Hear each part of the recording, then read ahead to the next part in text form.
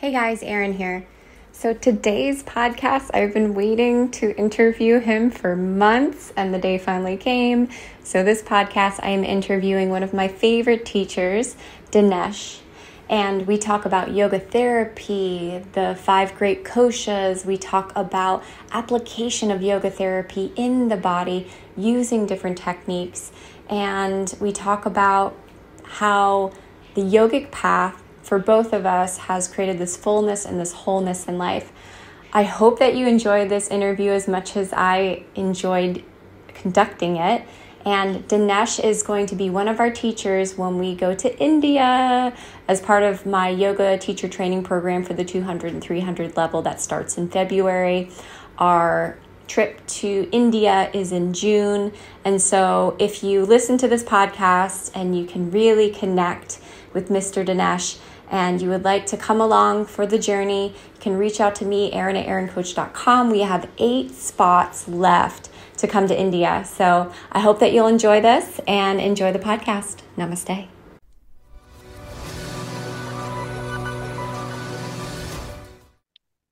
Hello, everyone, and welcome back to Thrive Yoga Fit Transformational Coaching. This is Erin. So hello, everyone. Thank you so much for stopping by today. And I've been talking about it a couple of times on the podcast, and the day has finally arrived. And I'm here today interviewing one of my favorite teachers, Dinesh. Hello, good morning, Dinesh. Namaste, Erin. Good morning. Namaste. So, Dinesh, I have talked about you a little bit on my podcast just because I, loved taking your classes when I was in Mysore. I remember there was one day I was like, I had to miss some classes, but I looked at the schedule. I was like, I can't miss Dinesh's class, and I went and I was like sat in the corner, and just because I didn't want to miss all the wonderful things that you talk about. Um, so I wanted to ask to start yoga. What got you into yoga and yoga therapy? Right. So first of all, I'm glad the listeners already have an introduction about me. Yes. So regarding yoga, it started in my life. It was close to a decade ago, 10 years ago. So just as a casual practice, I just dropped into a yoga studio, which is very close by to my home. Mm, And then when I started practice, it was purely physical in nature initially. When I started especially the first 1 week of practice, I kind of felt it really painful. It created a lot of aches and pains in my body. That was my first experience with yoga. And later on, as I progressed and continued my practice for almost like a month, and then I started feeling a lot of blissful experience and transformation, not just in my physical body, but I could also feel it at the level of my mind. My mm, emotions started changing slowly just within a month. Just within a month, my wow. emotions started changing slowly, and I really felt that sense of calm, peace, and relaxation. Mm, So that's how I got really excited about this yoga thing. And then I slowly started reading about yoga, the theory and philosophy of yoga. And the first time that I read about yoga was about the 8 limbs of yoga, which was by Maharshi Patanjali, the Yama, Niyama, Asana, Pranayama. And then when I read that whole concept, starting from Yama, Niyama, Asana, I felt it was very scientific in nature, and mm, they were actually proceeding in a very scientific manner where the entire procedure and the journey was from gross to subtle, where they teach you yeah, first the moral and ethical conduct, and then teach you how to manage your body first or prepare your body first, and then go into the breathing aspect of it, and then slowly moving towards a more subtler aspect, which is mind, and then how to focus mind, defocus mm, mind, expand mind, and ultimately merge that in infinity. I mm, mean, I felt it was really fascinating. Like, how could someone which is close to who was close to 2,500 years old could explain in such wonderful manner the journey of human consciousness from a very gross manner towards a very subtle manner, from just simple things like moral and ethical conduct to merging with infinity. So that's what made me really curious and excited. And then I started reading more and more and simultaneously practicing every day. And these things really brought out my personal transformation is Mm, something which is my teacher, I feel. I always feel that is my guiding force, that is my teacher. And this curiosity later landed me up in doing various certification courses in yoga, meeting several teachers, and then finally doing a master's degree in yoga therapy. So that's where I felt it's the real turning of my life. That particular course that I did for a couple of years and the amount of practice and the teachers and the kind of wisdom I got exposed to, I was very fortunate, I would say, in yes. that respect. And yes, so that's how yoga started initially as a very simple and casual practice, and then ended up taking it as a full-time profession now. Oh, yeah, and you're so skilled and talented at it. I've had many different teachers, Dinesh, but when I took your course, it just um as you said when we were graduating, you say don't be a yoga pundit, be a yogacharya, right? And so I felt that with Exactly. you. I said this person is living it. And so the first text that you came across from the very classical, obviously like the most classical was Patanjali. Were there any particular sutras that you really resonated with? Because for me, I love the Yoga Sutras. That's like my jam. And we started with Samadhi Pada, and then I kind of flipped ahead to Vibhuti Pada, and I was like, "What's this?" I was like, "Oh my gosh!" It's like yoga superpowers. Was there any particular sutras that kind of hit you first? The sutra that keeps always resonating with me was the second sutra, which is Yogas Chitta Vritti Nirodha. Mm, And I personally feel that is the entire essence of yoga practice. mm, When Patanjali says yoga is all about restraining the mind stuff, or, silencing the mind, calming down the mind. So that kind of really resonated me because that is where you really go beyond your experience of body and mind. Because as humans, our entire life is in material life generally. Our entire life is completely revolving around two aspects or two dimensions, which is bodily experience or experience at the level of the mind. These two are the dimensions which we majorly operate throughout the entire life. But yoga is something which is more broad and holistic in nature. That's what shows you the path. So it says you have to experience and understand few more dimensions, which is simply beyond the body and mind. So that's what Patanjali said when he said chitta vritti nirodha, which is mm, calm down your mind, silence your mind. And then there are other dimensions or deeper dimensions of your existence which would come to your experience. So mm. that's where the beauty of life really lies.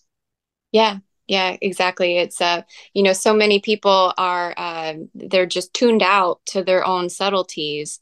And so I've seen it, you've seen it, you've experienced it, we've experienced it, is that when you sort of awaken that within you, it's just it's so powerful, it cannot be ignored.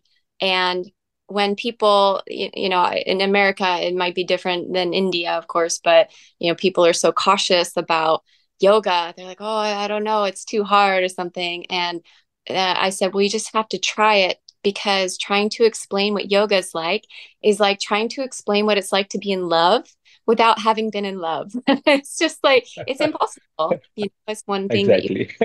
yeah, exactly. You have to experience it. So, yeah, and I think that again, that's what makes you a powerful teacher. It's what makes me a powerful teacher is because when you're teaching from that embodied space, you understand it not just with the intellect, but with like the wholeness of you. So it's such a beautiful practice. Correct. Yeah, so one of the my favorite things that we discussed and that you taught in Mysore was the Maha Pancha Koshas. And I think the reason why I really just love the way that you taught it is because, learning yoga in America as long as I have been, I've had some fantastic teachers from the classical roots as well as like the more modern like tantric, and I've taken bits from everything. I've more resonated with classical, but a lot of times it's we learn it in theory here, and so again it's like learning about the concept of it without the application. And so when I went to India and I was just like, oh wow, just seeing it was so cool to see just like different Sanskrit and just everything sort of coming together for me. It was like yoga was coming alive. But I really love the application. Like you taught about how to you explained it, and then you taught about how to use this in your life. So I thought that it could be wonderful for our listeners to learn about the Maha Pancha Koshas and just hear you explain it the way that you do so beautifully. So Sure, sure, Erin. That's a great question. So this concept of Panchakosha, I would say, is the basis or the foundation for the entire yoga philosophy or the yoga wisdom that we have. So this concept of Panchakosha, first I would explain what is Panchakosha. So Panchakosha, Pancha is five in Sanskrit, mm, and Kosha is a body or a sheath or a covering or a layer. So Panchakosha is basically describing about five bodies or five layers or five coverings or five different sheets. mm, And this concept of Panchakosha was taken from an ancient yogic scripture, which is called as Taittiriya Upanishad. So Upanishad is an ancient Indian scripture which speaks elaborately about consciousness. mm, And one of the Upanishads is Taittiriya Upanishad. And the Taittiriya Upanishad describes this very fascinating concept called as Panchakosha, where the concept of Panchakosha says you're not only this physical body, you're not limited only to this physical being. We have in total five different bodies or mm, five different layers. And the Upanishad says these five layers are constantly interacting with each other. And whatever we experience in our day-to-day life will have its impact on all the five koshas. mm, And furthermore, it explains in a much elaborate manner what are those five layers. So the first layer is Annamaya Kosha. Annamaya Kosha is the physical body. mm, Anna in Sanskrit is food. So since the entire basis of the physical body is food, they have called it the food body or the physical body. mm, So food because we were just a single cell when we were in mother's womb, and then the whatever the food ate by the mother over a period of time got multiplied, divided into different tissues, cells, tissues, organs, and then a baby is born, and later whatever the food ate by the baby got again multiplied, divided, and we got this big physical body. Since mm. food was the basis of the entire physical body. They have named this body as Annamaya Kosha, which is the physical body. There's a Now, saying that you yeah, are what you eat, so that's exactly that concept. exactly. Yeah, yeah, that kind of makes sense. Yeah. Mm, And now the Upanishad says, so you're not only this physical body, you have four other bodies. And the second body is Pranamaya Kosha. mm, Pranamaya Kosha, which is made out of prana. Prana is a subtle energy or an invisible life force. So the concept of prana was elaborated in very much detail in ancient Vedas and Upanishads. So mm, where, of course, prana is not something which is accepted by modern science. I would say they have not reached that level of understanding or exploring the concept of prana. But in unfortunately. yoga, yeah, in yoga, there is an elaborate explanation in detail about what is prana and what are its manifestations. So the yogic scripture says the entire universe is made out of this fabric called prana, which is an invisible life force. And that is basically the difference between a dead body and a living body, a dead cell and a living cell. So when you Mm, look at a dead body, it has all the components that you also have as a physical body, isn't it? It has all the physical organs, it has everything right from brain, abdominal organs, heart, lungs, everything. But still, it is not functioning because the fuel is not there. The fuel or the driving force is prana, the basic fabric that is behind the creation of entire universe. So this entire second layer is made out of this pranamaya kosha, which is the mm, energy layer. And in yoga, we keep on speaking a lot elaborately on nadis. So nadis are part of pranamaya kosha. Nadis are nothing but a subtle energy channels, so through which the prana flows. So since prana is energy, it requires a channel to flow, and these energy channels are nothing but nadis. In Sanskrit, we call them nadi or the energy channel. Mm. And there are some places in the pranamaya kosha, in the second body, where majority of the nadis are coming and meeting together. So such junction of nadis, you have more energy concentration in that particular area. Since most of the nadis or the centers are meeting, these Yes. centers are called as chakras, the Mm. psychic centers or the chakras. Mm. So the entire pranamaya kosha is made out of prana, the life force, and then the energy channels, which is the nadis, and then the chakras. So this is all about the second kosha. Now, the Taittiriya Upanishad says that beyond prana, there is much more subtler aspect. Physical body is gross, prana is little more subtle than the physical body. And now the third kosha is more subtle. The third body is more subtle than the second body, which is manomaya kosha, which is the mind. So Mm. all the thoughts and emotions that we experience on our mental plane is basically from this particular kosha, manomaya kosha. Mm. But the problem with manomaya kosha is it is pure randomness and compulsions. You do not have, any kind of judgment or discrimination at the level of manomaya kosha. It is pure randomness. So the pranamaya kosha and then manomaya kosha. Now the fourth kosha is vijnanamaya kosha, which is superior to manomaya kosha because vijnana in Sanskrit is intellect. Mm. So the difference between the previous kosha, which is the mind, and this kosha, the intellect, is that intellect is the discriminative capacity, or the judgment capacity, the discriminative capacity between what is right, what is wrong, what is good, what is bad, what is real, what is unreal. So this all Yeah. kind of, pardon? Viveka. Am I saying that right? Viveka, exactly, All right. exactly. Gotta use my Viveka, grammar. sure, Sharp. sure, sure. Thank Viveka is another wonderful Sanskrit word. So to describe this Vijnanamaya kosha, which you. is Mm. the discrimination between right, wrong, good, bad, real, and unreal. So Mm. because in this layer you have clarity, in the previous layer that clarity is missing.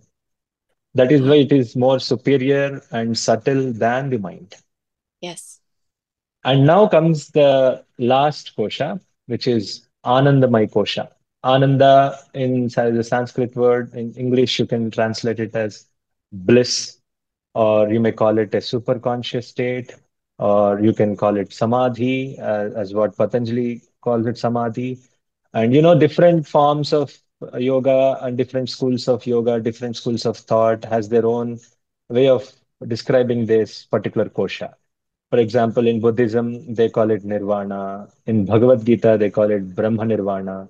In Vedanta, they call it Brahman, which is basically they're all referring to the same entity, which is Anandamaya Kosha or beyond Anandamaya Kosha. If it is Ah, Anandamaya Kosha or beyond Anandamaya Kosha, each other forms of yoga, different schools of thought, are basically talking about the same thing.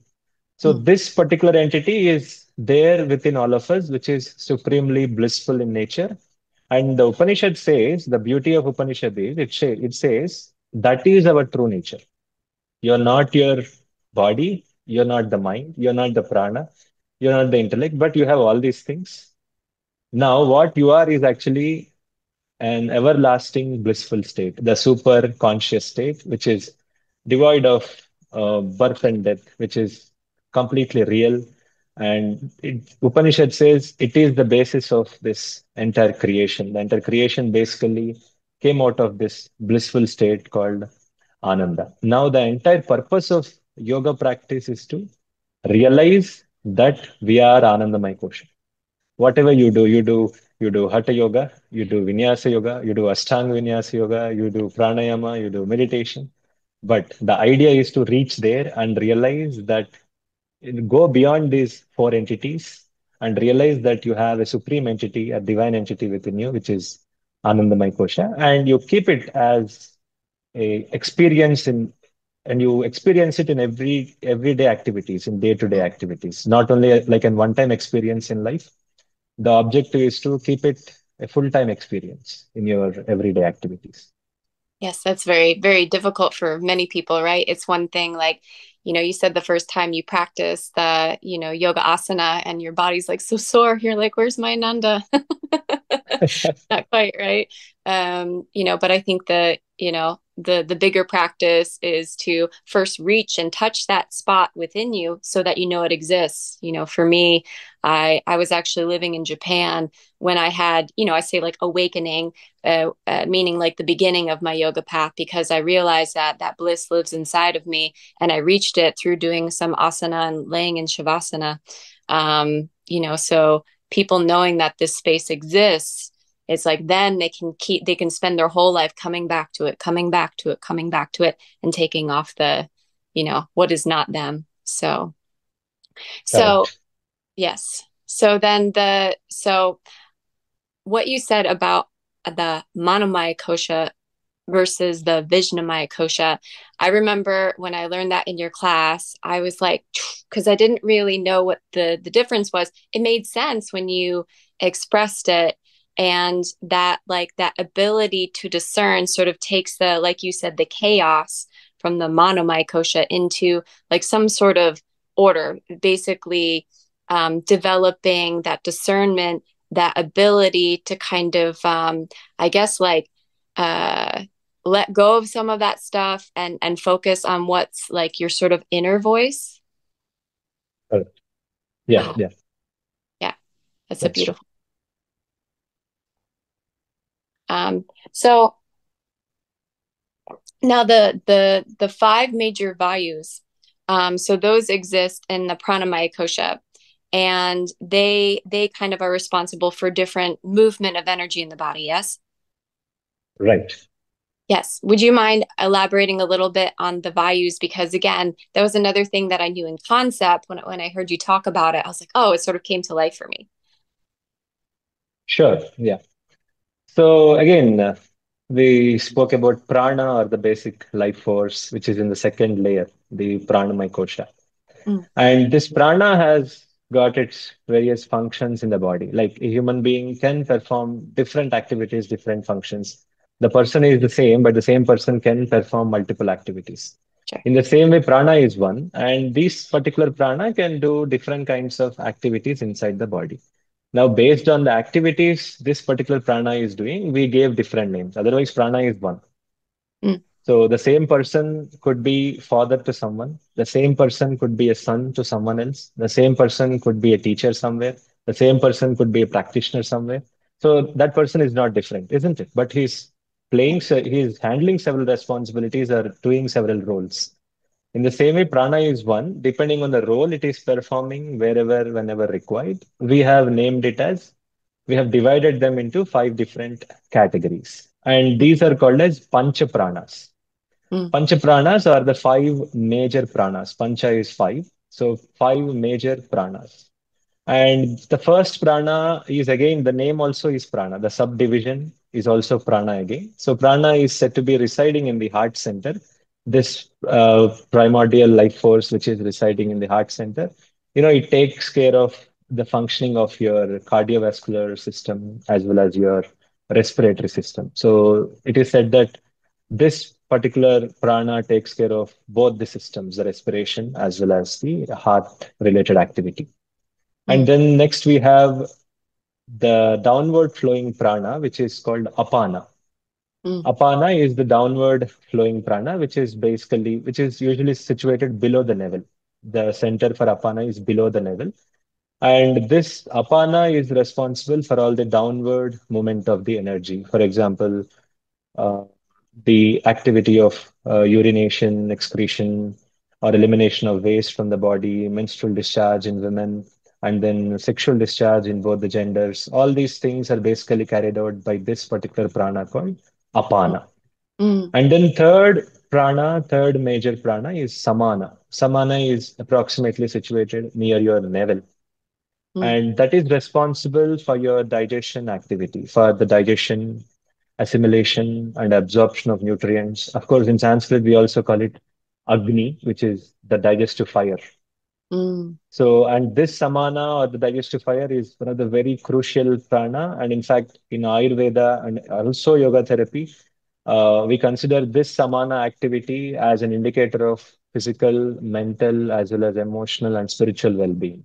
mm, So the entire the way your personality behaves, either physically, mentally, emotionally, or spiritually, is purely dependent on this digestive activity or samana. Digestion is said to be one of the basic indicator of your physical, mental, emotional, and spiritual health.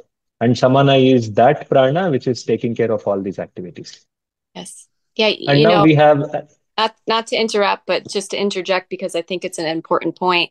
I think that people consider digestion like they understand, oh, I'm digesting food, I'm digesting this, but certainly like there has to be some space and balance in the body to actually digest life, to like digest concepts, like to study something and then really get it. Like so, I imagine if samana was off, like what you said about like the mind, and the emotional intelligence, it would be sort of off. Yeah.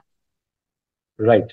And samana is like even in English we say I got butterflies in my stomach, or I felt the butterflies in my stomach, or we say my gut feeling. So this understanding is because your gut or that samana immediately responds to whatever is going on in your body and mind. So Mm. whatever the responses or experiences that you're having with the external world or with the internal world, with your own self, samana is the first thing that would respond immediately. That's why we say, I have this gut feeling or I felt this butterflies. So this is the reason because it is the digestion or the samana which responds first. And that is why this is taken as an indicator of the overall health, be it in Oh, Ayurveda or yoga. that's so In good. fact, one of the indicators that we take in yoga therapy, like an assessment indicator, is the quality of the digestion, which is basically whether the participant is constipated or he is passing over stools. So these things are also actually considered as one of the diagnostic procedures in yoga therapy. So the digestive health is given high importance when it comes to diagnosis in yoga therapy, and also to understand the progress of a person in yoga therapy. See that makes total sense to me. And again, I've studied different arts from different areas of like Japan, China, India, and in Ayurveda, it's like the first thing they focus on is like how's your digestion? How's your digestion? Because if you're not, if you're mentally and emotionally and physically incapable of digesting, how can you pull in more? Because it's just going to build up and become, is it called ama, the toxin? Exactly. Yes. Yes. Yeah, so I love that. Again, when you're talking about yoga therapy, Ayurveda, like it's all like pulled in together and it makes so much sense. Yes, yes. So every system basically talks about the same thing. They have this common understanding that yes, digestion is important. And even Mhm. now modern science is working in this direction. Now they're calling that your gut is the second brain of the body. Yes. Right. So in yoga, Ayurveda, we've been telling this for thousands of years. I know. Digestion, take care of digestion. So yeah. Yeah, it's like And finally then catching up, and then the existence of fascia. I from what I've studied, because I used to do massage therapy for quite a few years. They used to take the cadavers, and they slice them open, and they'd take the fascia. They're like, oh, what's, and they put it in the garbage. Whereas like oh my gosh, it's such an intelligent system, and certainly when we have prana through the body, it's like alive and helping. So yeah, I feel like finally, like Western science is catching up to what y'all have been saying for like thousands of years. yeah. Thank you so much for listening. If you want to support the podcast and if it's helping you, please consider writing a review. You can go to iTunes or Google Play, go into the search bar and type in Thrive Yoga Fit Transformational Coaching, scroll down, and you can leave a review. This helps other people to find me as well as bumps us up in the search ratings. Also, this podcast is sponsor free, so that means we don't receive anything for doing it. If you feel so inclined and this podcast is helping to support you and you want to return the favor and help to support any production costs of the podcast, feel free to give a donation to a Venmo link, Thrive Yoga Fit, or PayPal, Erin@erincoach.com. If you don't have the means, don't worry about it. We're not going anywhere. You're all good. But if you would like to give back, you can give back in those ways. Thank you so much. Namaste.